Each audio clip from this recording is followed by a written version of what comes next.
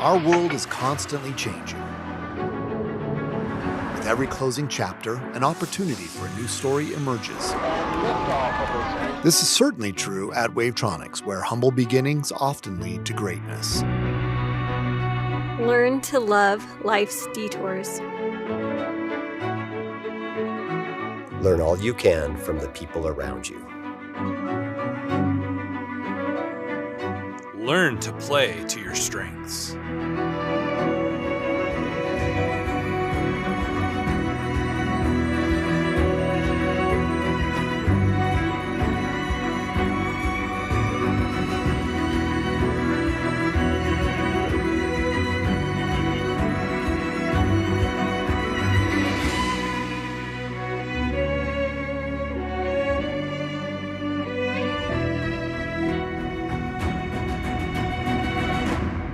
Join us for a ripple effect like you've never seen it before.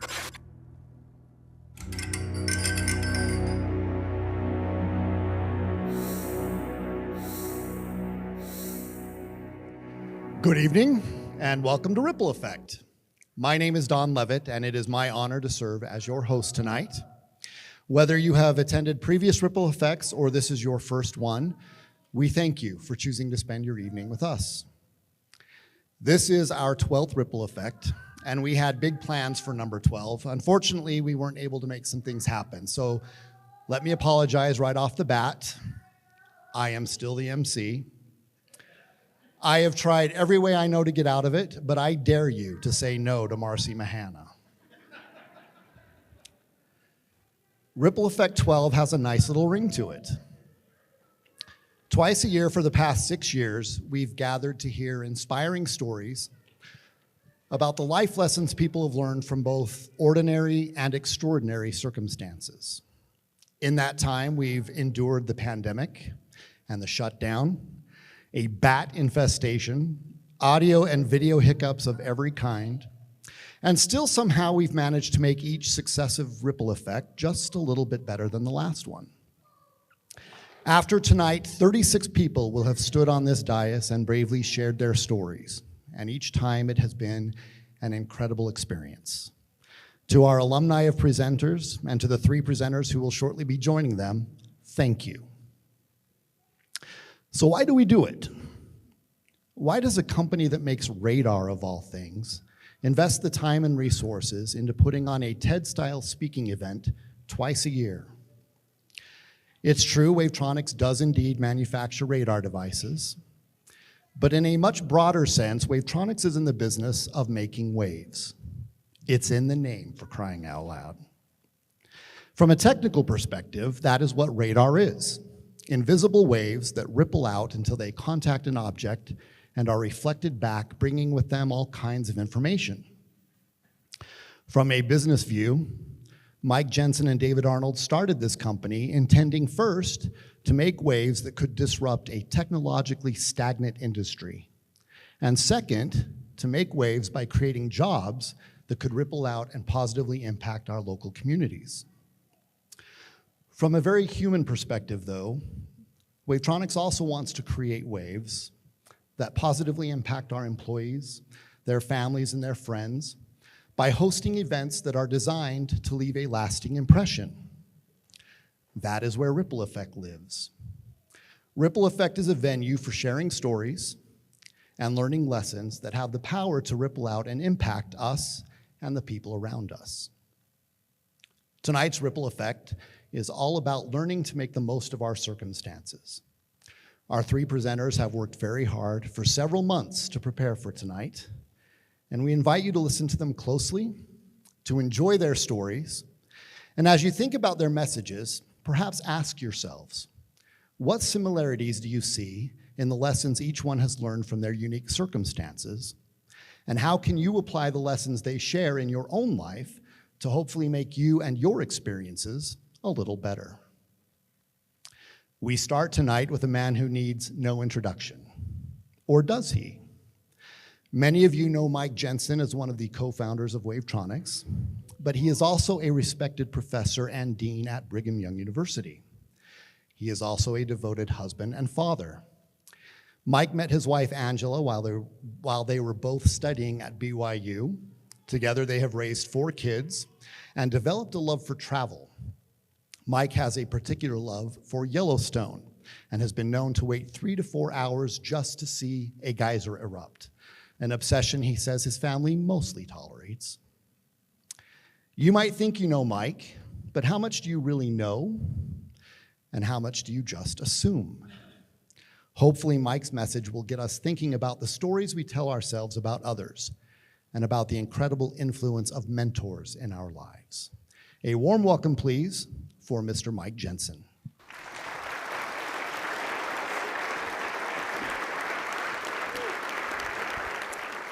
Thank you, and thank you for being here tonight. I want to start this evening by introducing you to a friend from my past. Now, this friend, he didn't have a lot of money. He lived a pretty simple life. He lived in a house that was built in 1888 by his grandfather, and this house looked like it hadn't been painted on the outside since it was brand new. He had some education, but he wasn't what you would call particularly well educated, and he made some choices in life that weren't always appreciated by members of the community or even of his own family. Now, based on this small amount of information that I've given you, I know you've already started to create a story about my friend. Maybe this is somebody who didn't work as hard as they should have or could have. Or maybe this story is an example of what we should not do in our life. But that story, I'm sure you believe, would be a lie. In fact, if you were to get closer to this man's life so that you could see the details, you would change your story. The first detail I'm going to give you is that this friend was my grandfather. I'll bet even that small amount of information causes you to change your perspective. Now, we're going to get back to my grandfather very soon. But before we do, I would like you to reflect on how quickly and how frequently we create stories about other people without all of the information. And we do it with strangers, colleagues, friends, family, and even sometimes ourselves. So with that in mind, I'd like to share with you some more of my story to see if we can understand a little bit more about me. Now, I was raised lower middle class in Southern California. To be very clear, lower middle class means that we didn't have a lot of extra money. That meant that I had to learn to work hard, and particularly worked hard in school. I worked hard enough in high school to get a 4-year full tuition scholarship to Brigham Young University, BYU, where I received bachelor's and master's degrees in electrical engineering, and I worked hard enough during that experience to earn a fellowship so that I could earn a doctorate degree in electrical engineering from UCLA. I then came back onto the faculty at BYU in 1994, and most of you know that's where David Arnold and I met. Now, my academic career at BYU has been relatively successful. I have taught thousands of students, including my two co-presenters tonight, and I have received awards and recognitions for my teaching. I've also done a lot of research that has been well received by my scientific community, and my papers that I've published have been highly cited. On top of that, I have been trusted to hold executive leadership positions at the university and in my professional community. Now, that's not all. I have been successful in business. Most of you know the story of Wavetronics, a story of success that continues to unfold because of what we are doing together. But before that, many of you know that David and I started another company that was successful, and I have been sought as an expert in technical and legal work. So based on what I'm telling you, this small snippet here, you're also starting to create a story about me. It probably could be summarized something like this. A boy raised in a typical lower middle class home overcomes all obstacles through his intellect, determination, and hard work to become an award-winning teacher, a renowned scholar, an academic leader, and a successful entrepreneur. But this story, like the one about my grandfather, is also a lie. This story does make sense. It's the hero's journey. It's what we have been trained to apply to people that we think are successful. But as I said, in my case, this isn't true. So let's look a little closer at the details to see if we can get to the truth. Now, it is true, I was raised lower middle class, and that meant we didn't have a lot of extra money and we had to be careful. That usually meant getting teased because I was wearing plaid pants, or even worse, red or blue or green tough-skin jeans with patches ironed on the knees. If you don't understand that, ask your parents, they'll get it. It also meant I didn't usually have the coolest stuff. Many of you know I'm a mountain biker. I started my mountain biking career on a used purple Schwinn Stingray bike with a banana seat and tall handlebars riding around the fields near one of my childhood homes in San Diego, California. So as you start listening to what I'm telling you about more detail, the first thing you're noticing is I don't really hear any big obstacles that Mike had to overcome to get where he is. And that's because those obstacles weren't really there, unless you want to talk about the jumps that I took on my purple bike. So maybe that part of a summary of my story is a little bit misleading. At this point, you're wondering how the rest of the summary of my story is misleading, that I had to use my intellect, determination, and hard work to find success. It's not that that's misleading. It's that it completely misses the point. The point and the whole story here is about the people who have helped me along the way. And that story starts with my dad. Now, my dad took a particular interest in me when I was young. I'm sure that my 3 siblings will tell you the exact same thing, but let me have my fantasy that I was Dad's favorite. He was also an electrical engineer, and for those who know me, that explains a lot. He would bring home projects for us to work on together. The one I remember most vividly was huge. It was building an oscilloscope. All the electrical engineers are excited, and the rest of you are determining that I am a nerd. And yes, I am. Don't judge me. Now, here's what I remember. Sitting at a card table with a large electronic schematic at one corner, piles of electronic parts scattered around the table, and a circuit board in front of me. My father taught me to read the schematic, to identify the part that I needed next, to put it in the right place on the circuit board. And then he taught me to use a soldering iron to electrically connect the part to the circuit board. This went on for months. I remember the day that I went to turn it on and nothing happened. So then Dad was excited to teach me the next engineering skill, which is to troubleshoot and to figure out what was going wrong. I remember how awesome it felt after several more months of work to actually turn it on and have it work. But what I remember more vividly is the time that my father took to teach me about his passion. Now, as I got a little older, into my tweens and early teens, Dad was my scoutmaster. We hiked hundreds of miles all over the Southern California mountains and deserts. We cooked our meals together, we slept next to each other under the stars or in a tent, and we talked. I can remember my father putting me into a harness and teaching me to rappel off the large boulders at Joshua Tree National Monument. I remember the night that we prepared pizza with English muffins and summer sausage in the middle of a long backpacking trip when we needed a break from dehydrated food. I even remember him telling no to the scout who asked if he could borrow my dad's chapstick to relieve the chafing that he had experienced while hiking. But mostly I remember the sacrifice that it took for my father to throw a bunch of smelly scouts into an old station wagon so that we could learn resilience and teamwork. Now, because my father took such a great interest in me, he was able to instill in me some very important values. A perfect example is education, and when you look at my life, you recognize how big of an impact that had. He made sure that I devoted adequate time and attention to be successful in my schoolwork. I remember sitting next to him trying to figure out polynomial factorization. I was trying to figure out how to apply all the rules taught to me by my teachers in order to apply this. And I'm sorry if just saying this and putting this up there creates some anxiety in some of you. I understand.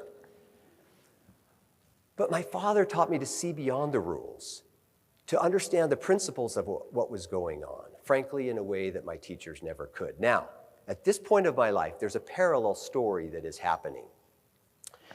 Every summer, my parents, starting at age 8, my parents would put me on a plane to Salt Lake City where my grandparents would come and pick me up and take me to the cattle ranch, their cattle ranch, in southeastern Idaho. This is the grandfather that I introduced to you at the beginning. And in fact, the Western shirt that I'm wearing in the promotional videos or promotional photos for tonight belonged to him. Remember the story we created about him at the beginning? Let's see if we can dig a little deeper into his story and how it impacted me. Now, as a young kid, spending a summer on a cattle ranch was a grand adventure. But as I became a teenager, you can imagine that it became a little bit more of a nightmare because I was leaving my Southern California summer, which was full of pizza parlors, friends, and beaches, and giving it up for hard, hot, and dirty work. I spent my days smelly from shoveling manures, hot and thirsty from fixing fences, itchy from the harvested barley, and annoyed by the mosquitoes that swarmed me as I moved heavy irrigation pipes across a wet field. But my grandfather, much like my father, took a particular interest in me. I can remember driving an old truck with a tank in the back, spraying to kill the broadleaf weeds that existed in a young field of grain, much like you do as you spray the weeds in your lawn. One day, the truck had a problem. I needed to get the hood open, but I couldn't figure out how to do it. So I grabbed a pry bar from the back of the truck and started prying in different places to get the hood open, which I never did, by the way. But I did soon start hearing a hissing sound. And yes, I had damaged the radiator in multiple places. I walked back to the house. My uncle, who worked with my grandfather on the ranch, was furious, but not my grandfather. He took me out. We took off a radiator of another old truck and used it to replace the one I had damaged. Grandfather never scolded. He just taught with love and patience. Now, I could tell you dozens of stories like this one about how my grandfather treated me, but I just want to tell you one more. This time, not about how he treated me, but how I observed him treating somebody else. His neighbors a few miles down the road got into some financial trouble, and they were about to lose their farm. My grandfather went to the bank and paid off the loan, a sum of several $100,000. And then he went to the neighbors to work out a repayment plan that was suitable for them. I told you that my grandfather didn't have a lot of money, but he cared about people. I also told you that my grandfather made choices in life that the community didn't always appreciate, largely because he didn't always meet the expectations of his Christian faith. But as I watched my grandfather, how he treated me and how he treated everyone else with compassion and charity, I to this day consider him to be the most Christian man that I know. So my father and my grandfather have had a big impact on my life for all the reasons that I've told you. Why do I tell you these stories?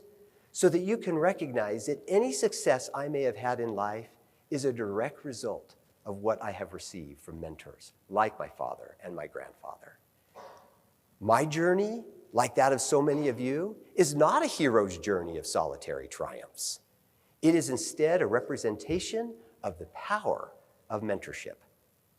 If you look on the exterior wall of the Foundry building at the mural, you will see the story of a young man embarking on a career at sea.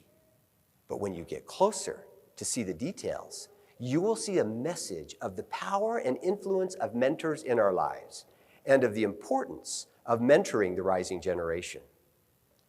So, as I conclude tonight, I want to extend 3 invitations. The first one is, I hope that you will reflect upon how quickly and frequently we create stories about others with such limited information. Are those stories fair? Are they accurate? How about the stories we create about ourselves? My second invitation tonight is that you recognize the mentors in your life. Who is it that has shaped you? Who is it that believed in you when perhaps you didn't even believe in yourself? Can you acknowledge them and express gratitude? My third and final invitation is that you don't stop there. Just like so many people that have invested in all of us, I hope you and invite you to give back by investing in others. There's a scripture that I love in the New Testament. I think it describes my father and my grandfather and all the many mentors that I've had in my life. I also think it describes the requirement for human thriving, and it is this: for unto whomsoever much is given, of him shall be much required. My invitation tonight is you will recognize how much you have been given and that you will give back by mentoring those around you, whether they're in your professional life, your community, or your own family. Your experience and your interest in them will help them to become their best selves. Thank you.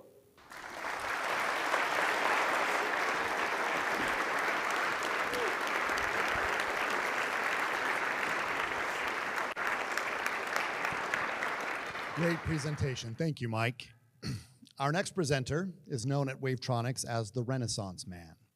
That's because Spencer Banta, I believe, has worked in every department at Wavetronics except accounting. After graduating from BYU in 2012, Spencer brought his electrical engineering degree to Wavetronics, where he started as an intern. Since then, he has served the company as an applications engineer, a sales manager, the marketing programs manager, and in his current position as the director of market development. Spencer is passionate about product positioning, strategy, and getting things done. And he is an expert in Wavetronics products, making Indian food, and telling jokes that get a laugh. He is also a proud husband and father. And he says the bags under his eyes are due to the recent addition that has brought the Banta family up to 4. Congratulations.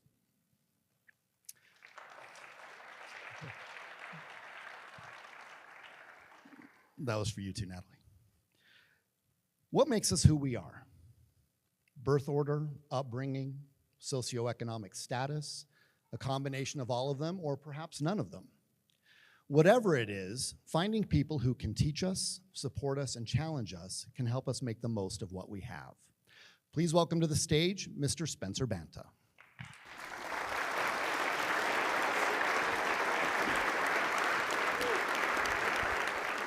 For better or worse, I've let being a middle child define me. You see, my mother was an oldest child, and my father the youngest. And so for some reason in my family, birth order became a sort of status. All important decisions and happenings were tied to oldest to youngest, whether it was where we sat in the minivan or when we got dessert. And as a middle child, I had a unique perspective. For a little while, I was the oldest at home, and for a little while, I was the youngest. But mostly, I was stuck and lost in the middle. Fate smiled upon me with this picture. Not cropped and not edited, this was our family sometime in the early 90s. I appreciate that it validates my feelings. Being the middle child was the worst. And I was forever stuck between the older siblings setting the bar and the youngest siblings pushing the boundaries. I seemed to be getting the worst of both worlds. I felt I couldn't meet the standards set by my parents and executed by my older siblings. I remember a few comments of, I don't know if Spencer has the grades to get into BYU, a decreed step in our journey to adulthood. Or that maybe Spencer just doesn't have the drive to succeed. The truth was, I was trying to sort out how my skills and abilities were different than that of my siblings. I had and needed to grow different skills than them. And I grew to see my middle child status as a sort of benefit rather than a liability. The first skill that I gained as a middle child was to find people who could help me. And I've named those people here: the coach, the challenger, and the co-conspirator. These roles, performed by different people or the same people at different points in my life, helped me to achieve my middle child's potential. I want to share some of them today. Let's start with the coach. Everyone knows what a coach is. It's someone who develops your skills to help you achieve your goals. The best coaching I received came from Steve Baxter when I was in marketing. I often reflect on why I felt so coached and supported from him during the 5 years that I worked for him, especially during the kickoff of one of our programs, the Mobile Traffic Lab. And in the thick of it, when there were problems, because it was a logistical nightmare, it was a people nightmare, Steve would come into my cubicle and he kind of shuffled his feet as he walked, and with a serious voice, he'd say, "Can I talk to you in my office?" And I'd go, "Crap, what problem has come to me now," right? And I'd get back to his office and he would immediately disarm me. We would talk about, he would show me a drone shot that he just took, or we'd talk about technology, or we would talk about where we're going to lunch. But then after he would disarm me, he would start to follow up with some questions. How do you feel about the program? What's the next step? How are you going to resolve this? How are you going to do that? And Steve let me solve those problems. He used situational leadership to meet me where I was. Working with Steve during a crucial time in my career growth positively influenced my management skills. He reminded me that business is as much about people as it is about profit. Find a coach who can help you develop the skills you need. The next one, the challenger. A challenger is someone who pushes you beyond your comfort zone, inspires you to achieve more than you thought possible. By questioning your limitations and encouraging perseverance. Let's look at a challenger in my life. At the age of 22, I broke my hip wrestling. After some sassy remarks to my 17-year-old younger brother, a wrestling brawl ensued. A wrestling brawl that I had won many times before.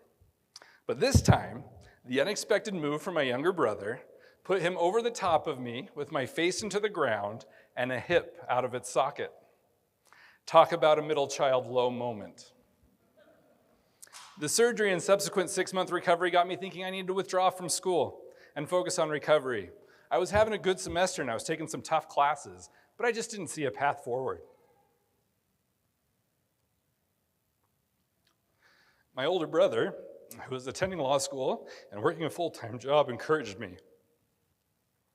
When I wasn't sure, he booked a flight, and for 5 days, he came out and tutored me. He was an electrical engineer also.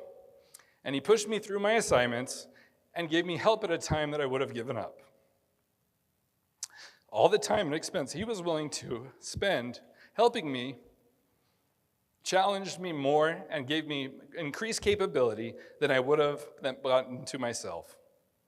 So I encourage you to find a challenger in your life. Next, the co-conspirator. Fitting into systems can feel disorienting, especially systems that weren't designed for you. A co-conspirator is someone who can help you look at the system and see how you can push the boundaries to create something beneficial for you. As a young application engineer, I met Tim Gibson, who recognized in me skills beyond my technical support and encouraged me to go into sales. I thought it was crazy. Why would I want to go into sales? How would it benefit me, a technical person? Tim helped me build my confidence and give me the experience I needed in what I considered a foreign role. He helped me make the change that I needed to make. The role gave me experience and perspective of the business that I wouldn't have gotten any other way, which helped me grow faster and go further than I would have. Find a co-conspirator. I appreciate all the people that helped me on my journey through life, and I want to share some of the skills that I cultivated from them. These different roles over different times. As a child, I wanted to be unique. And one of the best ways I thought to do this was to be a helpful person. I realized quickly it wasn't in just what I wore, but what I did that led to my uniqueness. Although red pants was a pretty good way to start. I wanted to be helpful, and I did that by taking the heat for a brother's wood carving in my mom and dad's bed. Playing Barbies and makeup with my sisters. I'm cool with that. Or having my younger brother help me with my paper route and then rewarding him with letting him watch me play video games. My mom I would help her with cooking, cleaning, or whatever it was, and my dad just wanted me to be quiet. And that one was a little harder. I've since learned and identified 3 unexpected skills that are unique, helpful, and somewhat unexpected. 1, learn how to show empathy. 2, always create value. And 3, be a peacemaker. When I was 19, I volunteered in India for 2 years to teach people about Jesus Christ. I was immediately immersed in a new culture and a new situation. I remember sitting in a rickshaw, seeing a little girl go from rickshaw to car, begging for money. In India, when I got there, as a missionary, they told me not to give money to beggars as to be seen as participating in some sort of conversion crime. But I felt an overwhelming sense of empathy. I couldn't ignore her, but I also didn't want to be seen participating in a crime. Both of us found ourselves in situations that neither of us wanted to be in. So in a broken Hindi, I said to her, "Aapka naam kya hai?" What is your name? Her expression changed from frustration to a bright smile. "Vanya," she responded, and then asked for my name. I said, "Banta monkey." And then I replied jokingly, adding a ooh, ah. What I perceived as a rule to ignore beggars that day transformed.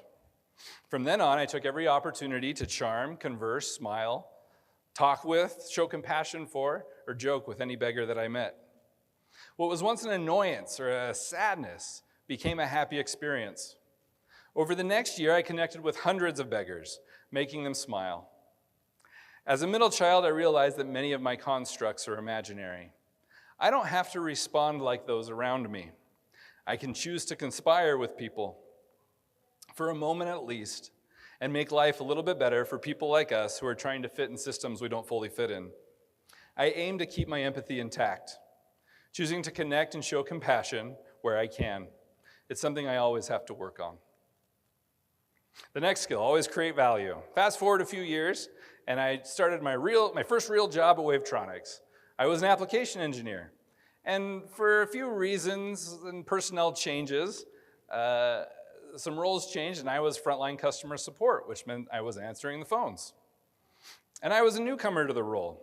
I knew almost nothing about the industry and nothing about our products and added no real value to Wavetronics. I learned Wavetronics products backwards and forwards that year, and eventually I became an expert. But that wasn't enough to create value. To truly create value, I needed to share that knowledge that I had gained and worked to learn by sharing it with customers and fellow employees.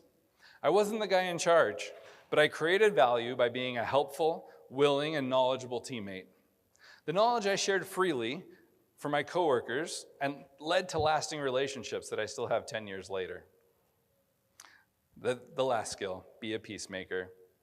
A core responsibility of a middle child is to be a peacemaker, resolving conflicts by finding common ground and aiming for a win-win scenario. The best peacemakers influence disenfranchised parties through experience and relationships, rooting out their own bias, anger, hurt, pride, or frustration. A few years ago, we at Wavetronics faced what we called the U-34 failure.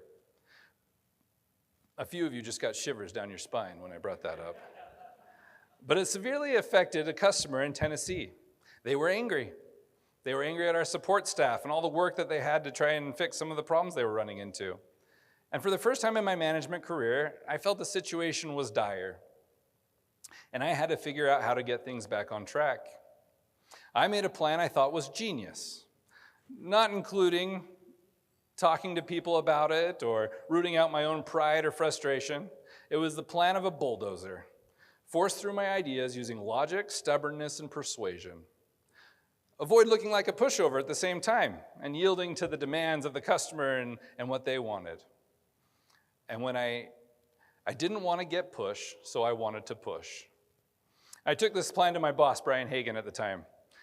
And he asked, "Did you ask all the parties involved what they wanted?" I hadn't. He suggested I first seek additional input. After a few conversations, everybody's needs were clear, and the solution was simple and satisfying, but invisible to me until I was willing to put aside my desire to win the situation. I learned to set aside my pride, frustration, annoyance to achieve a greater good. Being a peacemaker isn't easy nor fun, but helping people come together can help achieve a goodness that isn't possible by ourselves or by being compelled. Does birth order really affect who we are and how we affect the world around us? Maybe, maybe not. But regardless of our situation, we can make the world a little bit better by developing skills I've attributed to being a middle child. First, surround yourself with coaches, challengers, and co-conspirators to help you find your way. Then, be a peacemaker. Grow in empathy and increase the value you bring to others. Thank you.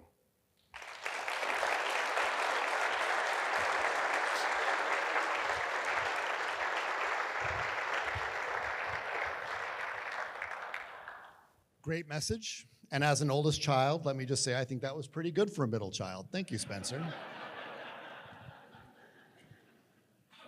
Our final presenter tonight is Meagan Salvador. You might know her better by her Wavetronics stage name, Meagan Miller.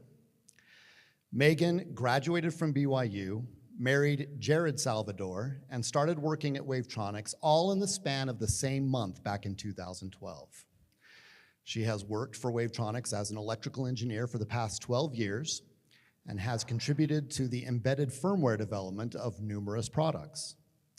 Meagan and Jared are the proud parents of 3 beautiful kids, And in her spare time, Meagan enjoys reading everything, baking, especially sourdough, solving puzzles, and learning Korean. What do you do when life throws you a curveball that sends you in a direction completely different from what you had planned? According to Meagan, you learn to see the beauty in life's detours and even thrive when life doesn't go the way you expected. Ladies and gentlemen, Meagan Salvador.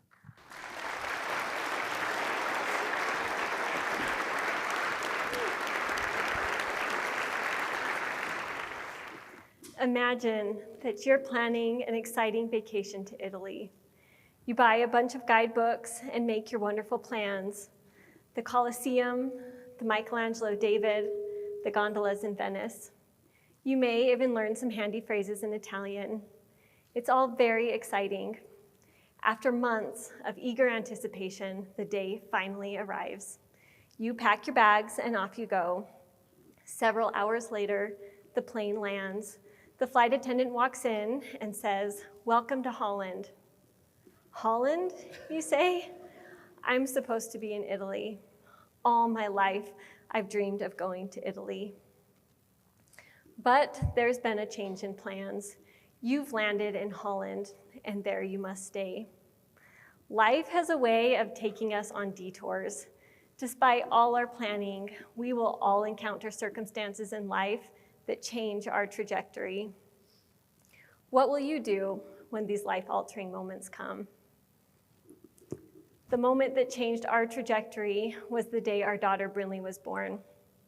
We were first-time parents, and we were so excited to meet our baby girl. We had bought all the baby necessities, prepared her nursery, and eagerly waited for the day we could bring her home. At full term and after an emergency C-section, Brinley was born at a whopping 4 pounds, 8 ounces. It was quickly apparent that she was struggling to breathe, and the nurses rushed her out of the delivery room. A short while later, they brought me into her room so that I could see her for a brief moment while the paramedics prepared to life flight her to another hospital. Everything seemed wrong. She was missing 5 ribs on her right side and had 3 sets of fused ribs on her left. She had a heart murmur and pulmonary stenosis, and because her chest cavity was so small, her lungs were underdeveloped, and her breathing couldn't support her small body. 2 weeks later, a geneticist handed me and my husband a short essay written by Emily Pearl Kingsley titled, "Welcome to Holland." He then told me and my husband that our daughter had Williams syndrome. Williams syndrome is a genetic condition that is present at birth and can affect anyone. It is caused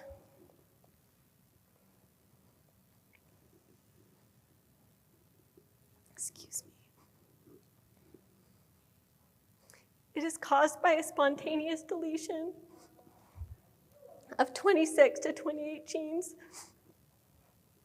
on chromosome 7. It is characterized by medical problems, including cardiovascular disease, kidney anomalies, gastrointestinal problems, low muscle tone, visual problems, hypersensitivity to sound, feeding difficulties, and developmental delays. To tell you the truth, the diagnosis wasn't an incredibly hard thing for us. We already knew that something was wrong, and we were really grateful to finally have some answers. At that time, all the other concerns could wait. Our biggest concern was getting Brinley breathing on her own. She seemed to finally be getting a little stronger. They had moved her off of a ventilator and onto a CPAP machine, and then eventually onto a high-flow nasal cannula. We were finally able to hold her and try feeding her a bottle. They even moved her to a lower-risk area of the NICU and told us that if she continued to improve, that we might be able to bring her home soon. Then, late one evening, her lungs collapsed. They increased her breathing support and arranged for her to be transferred to the NICU at Primary Children's Hospital. The day that she was admitted there felt like constant torture. For endless hours, they did testing, x-rays, labs, and ultrasounds, and the list of complications just seemed to grow and grow. At this point, I was hanging on by a thread and just surviving. I was in a really dark place. I was angry, exhausted, and the unknown of the future felt like a suffocating giant brick wall on my shoulders. Then I sank even lower when all of the specialists working with Brinley called us in for a care conference. That meant they were going to lay it all out on the table, talk to us about all the things that were wrong with our baby girl, talk to us about what her future prognosis might look like and about her quality of life. They needed us to decide whether we continued to support her breathing or if we should take away all the support and let Brinley pass away. When do you let go? And when do you keep fighting? The answer to that question is so unique and personal to every circumstance. And what was right for us is not necessarily what is right for someone else. For us, we made the decision that the Italy we planned on wasn't going to happen. You've landed in Holland, and there you must stay. So you go out and buy new guidebooks, you learn a whole new language, and you meet a group of people you never would have met. Holland may be slower paced and less flashy than Italy, but after you've been there for a while, you catch your breath. You look around and you begin to notice that Holland has windmills. Holland has tulips. Holland even has Rembrandts. There were a lot of dreams that we had to let go of. There have also been many things that we've had to fight for, and some that we keep fighting for. As parents, we're following Brinley's lead. Today, she is 10 years old, and although still tube-fed, after over 8 years with a trach and being on a ventilator, Brinley is finally trach and vent free. Although our journey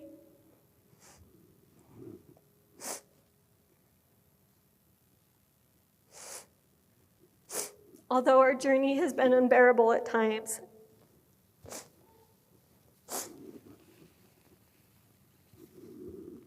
I wouldn't change it now. The lessons I have learned and the person I have become because of our circumstances is so deeply ingrained into who I am that I wouldn't change a single thing. So, what helped us get to this point? What have we learned along the way?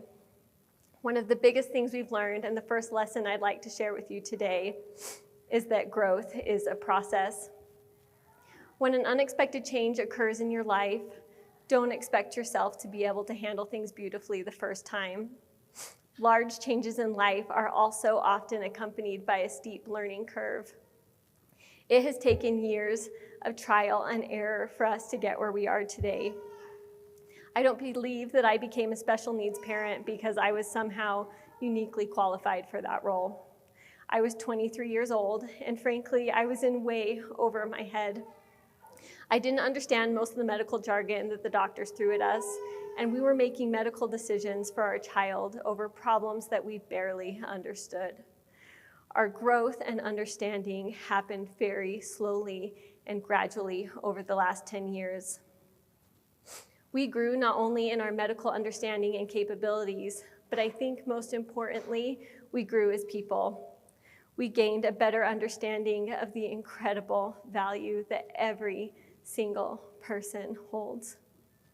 We have learned that it is okay to look different, act different,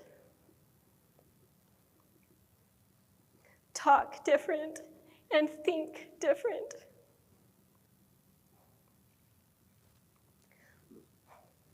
We have learned that different is no less beautiful, enjoyable, or lovable. It wasn't until Brinley was nearly 11 months old when we were finally able to bring her home from the hospital. While we were so excited and grateful to finally have her home, with her also came 8 hours of in-home nursing every night, respiratory therapy visits, occupational therapy, speech therapy, and physical therapy appointments, a lot of medical equipment, and a lot of doctor appointments. To say that the to-do list was overwhelming would be a gross understatement. Family, good friends, and neighbors carried us during this time. We had nothing left to give, so we received. It wasn't until Brinley was 2.5 years old when we finally felt ready to get involved with the Williams syndrome community. In that time, we had never met another individual with Williams syndrome. The first activity we attended was their annual Williams syndrome walk. Walking into that group of people was like walking into a warm embrace. I physically received endless hugs that day. But more than that, I could finally see a future that, although full of challenges, also held so much beauty and joy. I met a group of people who came from all walks of life, but gathered together to celebrate something we all shared. The second lesson I learned was this: when your trajectory in life changes, seek your community. It may feel uncomfortable at first, and it may take time before you feel ready, but don't be afraid to accept help and support. With time, my community began to grow. As my community grew, I began to find opportunities to give back. Through our palliative care group at Primary Children's Hospital, our in-home nursing company, the Williams Syndrome Association, and even at the grocery store, the airport, parks, and restaurants, we have been able to share our story, give suggestions, provide insight, and offer love and support to other families going through similar circumstances. Every one of these opportunities led me to make a new connection. Unexpected circumstances broaden our view on life. They force us into experiences that can uniquely qualify us to offer acceptance and understanding to another person, no matter where they're at in their journey. I have learned to not pass judgment, but instead to just offer kindness, to just show up and give people a space to be accepted and understood. Our willingness to accept help in connection with the kindness and acceptance that we give to others can help us build a community that not only gives us a place to belong, but also provides us with support and gives us peace and purpose. So here you are, learning to see and love the beautiful things about Holland. But everyone you know is busy coming and going from Italy. And for the rest of your life, you will say, that's where I was supposed to go. That's what I had planned. And the pain of that will never go away, because the loss of that dream is a very significant loss. This brings me to lesson number 3. Give yourself grace. My future now looked different than the one I had painted in my head. In the 10 years since Brinley had joined our family, we have been on a long, emotional journey, navigating detour after detour. We have had big wins. The day the pulmonologist told us that Brinley didn't need to be on a ventilator anymore. The day she had her trach removed. The day the cardiologist told us that her heart looked beautiful and he didn't need to see us for another 2 years. We have also had many unexpected hurdles: an autism diagnosis, a celiac disease diagnosis, and a number of very difficult surgeries. Through all the ups and downs, we have had times of great hope and excitement and times of great anger and exhaustion. Amidst all the detours, I have learned to not dwell too long on the hard or the bad days. I once heard grief described as a stone that you carry with you in your pocket. I always notice it and feel it and know it's there. It didn't go away or get smaller. I didn't move on or get over it. But as I have carried that stone with me for a long period of time, I grew stronger. Grief has changed me. It has changed me into a person who can see beauty despite pain, who can see joy despite sorrow. So don't be ashamed of your grief. Don't judge it. Don't suppress it. Don't rush it. Give yourself grace. Don't beat yourself up for having a bad day. Don't let the inadequacy that you felt today affect your perceived self-worth. Acknowledge your grief. Lean into it. Listen to it. Feel it. Sit with it. And learn from it. Allowing ourselves to feel and process our emotions is where healing starts. Healing is an ever constant journey. It doesn't necessarily mean that one day it will stop feeling hard. I still cry because of the challenges that Brinley faces. It hasn't necessarily gotten easier, but I have learned to let those emotions live in me, and I continue to find joy and continue to move forward. I have learned to let sadness and joy live in tandem with one another. My circumstances don't have to be easy or perfect for me to be happy. I don't have to be perfect in order for me to be happy. If you spend your life mourning the fact that you didn't get to Italy, you may never be free to enjoy the very special, the very lovely things about Holland. So don't spend too much time worrying about the what ifs or the unknowns. Don't let setbacks hold you back. Be kind to yourself when you're struggling to keep it together. Lean on your community. Accept help and give back. As we all face detours in life, our trajectories will shift and change, but you can always find peace and purpose and joy, because after all, Holland can be pretty wonderful.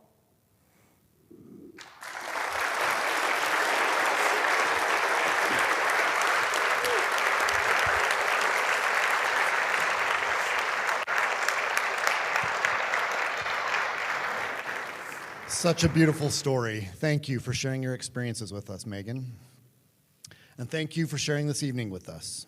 As you can see, there has been a lot of work put into this event, and we invite you to join us as we say thank you to the powerhouse behind Ripple Effect, Ms. Marcy Mahana.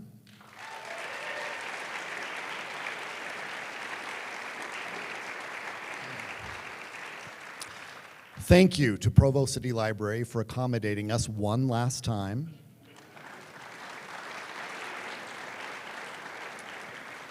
Thank you to the Wavetronics events and facilities teams for production help, and thank you to the Jupiter Culinary team for the food we are enjoying this evening.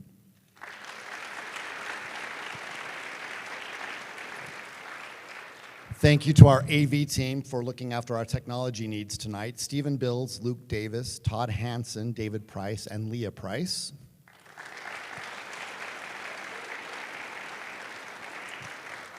Thank you to Bonimus for design and art direction, and special thanks to the lead designer for Ripple Effect, Alan Payne.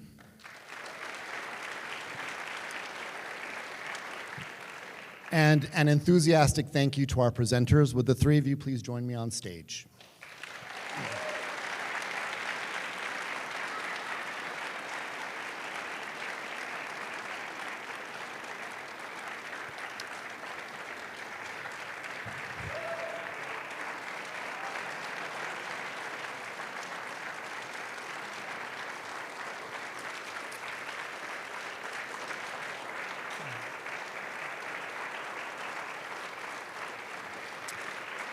Ripple Effect is nothing without great presenters, and we would like to present Meagan, Mike, and Spencer with a small token of our appreciation.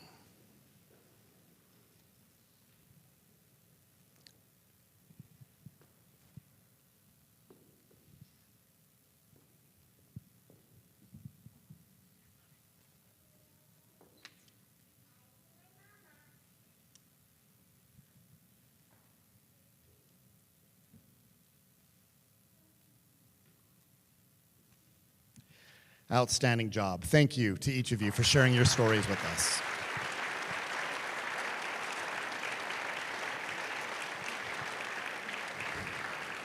And thanks again to you. For just a brief moment, we have a lot of employees, friends, and potentially family that live in the Southeast, and they are facing a lot right now. So we invite you to take a moment sometime today or tomorrow to take a moment of silence, offer a prayer, or give some thought to the Wavetronics family that may be really suffering this week. And that's it. We invite you to stick around, mingle, enjoy each other's company while the culinary team sets out the next course of food.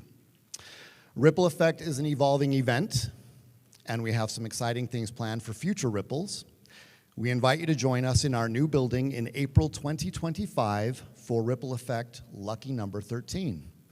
Until then, do something disruptively good for someone, and have a great evening.